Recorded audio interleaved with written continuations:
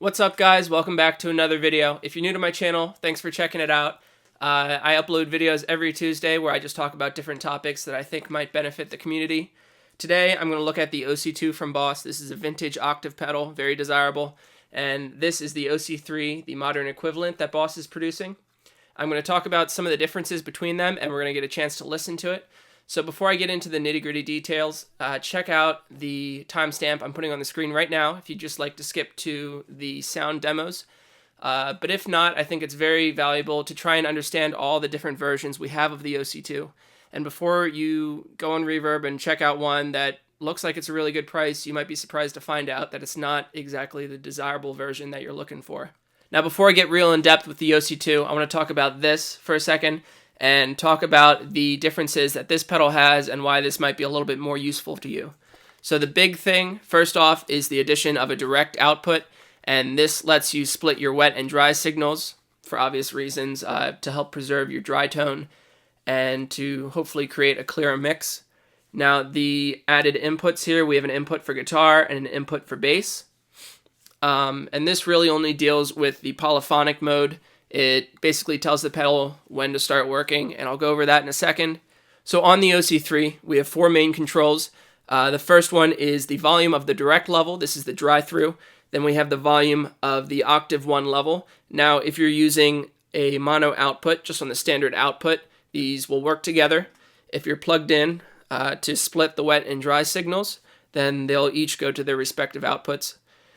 Now, this last knob controls the functionality of the third knob. So on the last knob, we have three modes.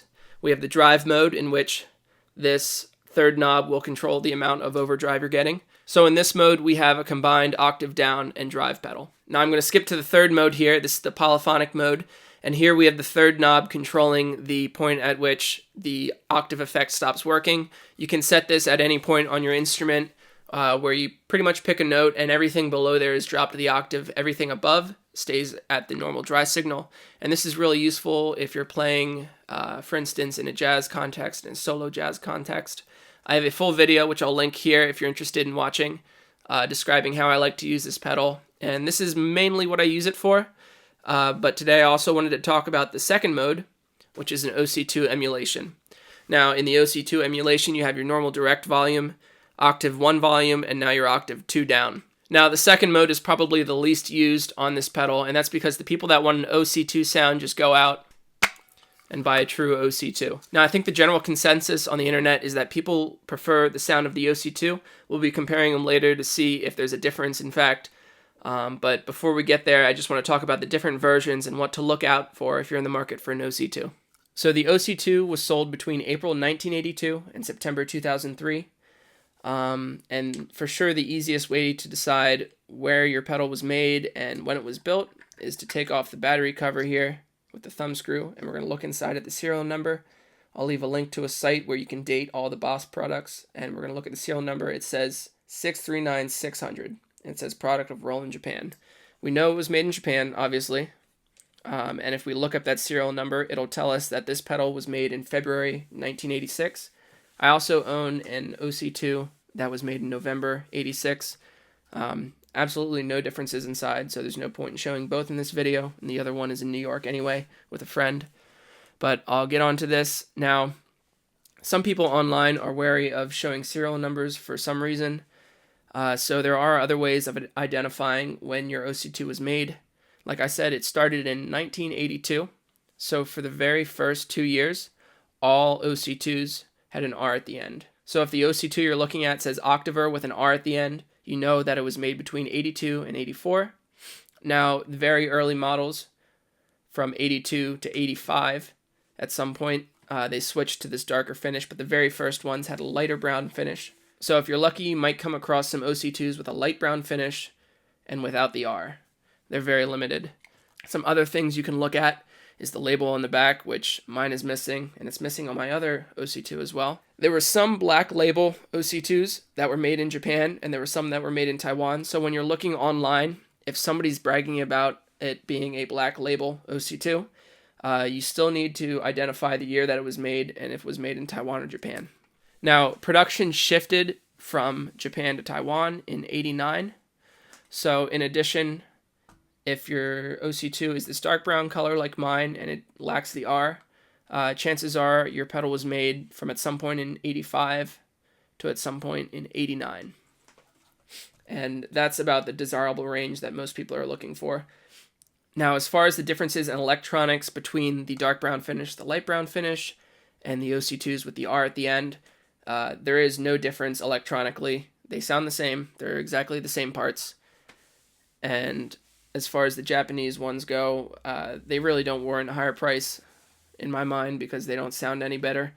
But some people will be charging a higher price for the less common ones, obviously. Now, at some point in the later life of the pedal, we're talking post-Japan here, one of the chips inside was changed, and people claim that this is a big difference among the pedals.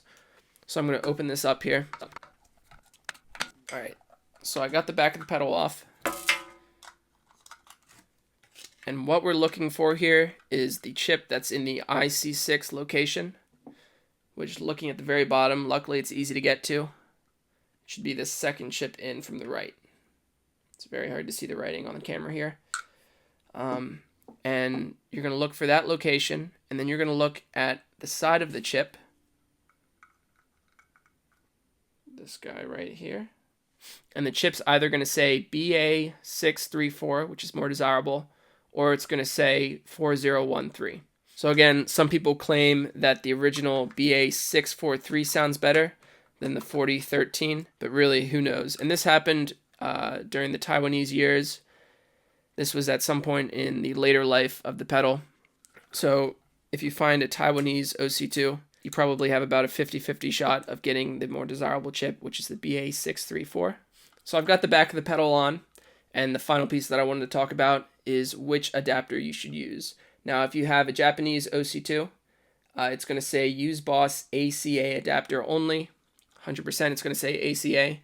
If you have a Taiwanese one, you have about a 50% chance of the ACA and about a 50% chance of the PSA adapter. So on your pedal, if you have a sticker asking for the PSA adapter, don't worry about anything. You're fine. Just use a normal 9-volt plug, center tip negative. The pedal is only asking for about 4 milliamps, so it's very easy to power. If you have a sticker asking for an ACA adapter, you have a few different options. Basically, the ACA adapter from Boss was made until 1997, and it was unregulated.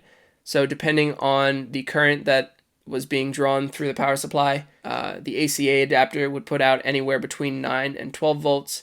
The OC-2s are designed to take that 12-volt feed and reduce it inside the pedal to 9 volt. So your options are either to do a very simple mod yourself, which you can find online to mod it for a normal adapter. That's one option. You can just use a normal 12-volt plug. That's another option. And as a bonus, it's kind of janky, but it works. If you have a daisy chain, for whatever reason, when you plug this pedal in a daisy chain, it'll work fine at 9 volts. I have a Voodoo Labs power supply up here that I'll be using for 9 volt and 12 volt. And we'll be able to hear what happens when you only power with 9 volts. So I'm going to be putting the OC-2 through a couple of tests in a second and then eventually comparing it to the OC-3. Real quick, this is my Fender P-Bass Deluxe. I'm going to be using the front pickup here. That's it. It does have active electronics, but I have them bypassed for the purpose of this video. I'm going to be feeding everything in through a looper pedal here. This is the Flashback X4, and that's just to eliminate the inconsistencies of my own playing. So we have exactly the same signal being fed into the OC-2. Now out of the looper, I'll feed it into the compressor, and that just gives us more of an even dynamic range to work with so that the OC-2 can track as well as possible. And finally, we'll try the OC-2 first on 12 volts, how it's supposed to sound. You'll get more headroom. It won't distort as quickly. It's going to track better. This red light will light up fully, and then we'll switch to 9 volts. You can see the consequences, which some people might enjoy. But anyway, just for information purposes, we'll see.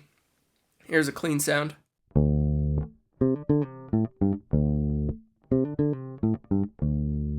I'm plugged into a bass amp, which I have going direct out into my interface, so you'll be hearing just a pure DI signal. Let's get the loop started.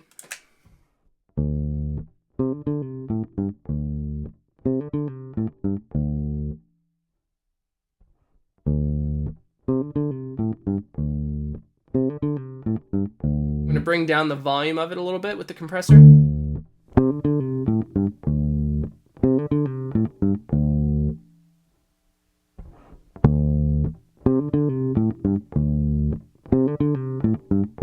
finally the OC-2 on 12 volts.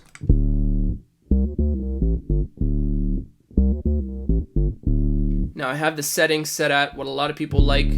This is with the octave 1 down, maxed out, the volume for the dry signal erased, and the volume for the octave 2 erased. And we'll switch it to 9 volts. Here's the last time.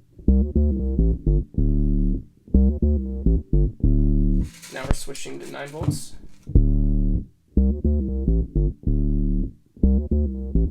And back to 12.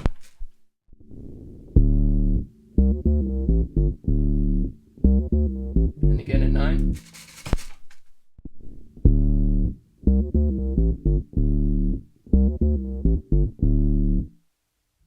So you can actually hear some of the glitching that goes on at 9 volts.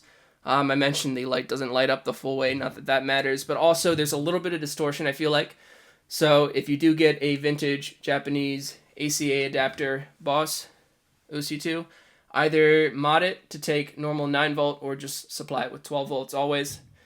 And now I'll compare it properly to the OC-3. Real quick before we do the final comparison between the OC-2 and the OC-3, guys, if you enjoyed this video, if I've helped you a little bit, make sure you hit the subscribe down below and make sure you hit the notification bell also, so you know when I upload. Videos are going out every Tuesday right now, and I'm planning on keeping up with that through the end of the year. Anyway, if you choose to do so, I appreciate your support. Let me know in the comments if you preferred the OC-2 on the 9 volt or the 12 volt setting. And finally, when I do this test, if you prefer it, the OC-3 or the OC-2. So I'm going to set up the dry signal again. You'll hear the dry signal. Then I'll switch to the OC-2 and the OC-3, and we'll go back and forth a couple times. Listen to how the pedals track differently. Listen to the tone of the octave down signal. And we'll get started.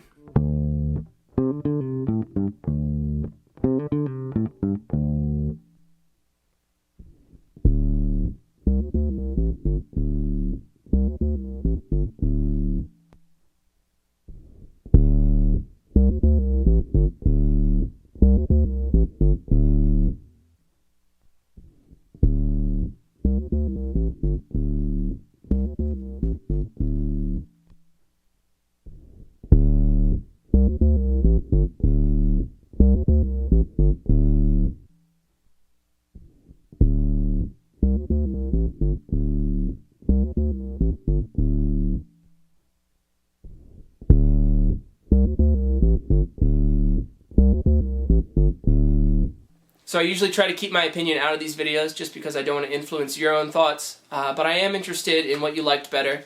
Let me know if you preferred the OC-2 over the OC-3, or if you preferred the OC-3 and the smooth tracking over the glitchiness of the OC-2. Now I will say there's another pedal you should check out if you're interested in an octave effect. The MXR Bass Octave Deluxe has a similar sound to the OC-2, but it's a little bit cleaner. It has a control to add in some grit that you might have heard with the OC-2. And if you want to hear a great bassist talk about octave pedals, I'll leave a link here to a reverb video from about 2-3 years ago with Michael League, the bassist and songwriter of Snarky Puppy. And likewise, if you're interested in hearing how this effect works in a full band context, I'd suggest checking out the most recent Snarky Puppy album. It came out a few weeks ago on March 15th. It's called Immigrants. The second track, called Bigly Strictness, is for sure featuring either the OC-2 or the MXR Bass Octave Deluxe. But that just kind of gives you an idea of how that sound fits in a mix. Now, alternatively, if you want to hear the OC-2 specifically in a mix and how it sits, I have a track coming out with my band, The Inner Urge, which will be released next week, exactly a week from this video. So if you're watching this in the future, check out this link or go in the description and find the link to a song called Zakuska. We recorded it last summer, and I've spent a few months working on mixing it myself and added a bunch of overdubs, and I'm really excited for it. And basically the whole song revolves around this bass groove, which is using the OC-2. So you can hear how that fits in a mix, and maybe I'll put a little clip of it at the end of this video. Anyway guys, I hope I've helped you a bit. Remember, hit that like and the subscribe button if you feel so inclined. Maybe hit the notification bell as well. so you know when I'm uploading next, and I'll see you on the next video.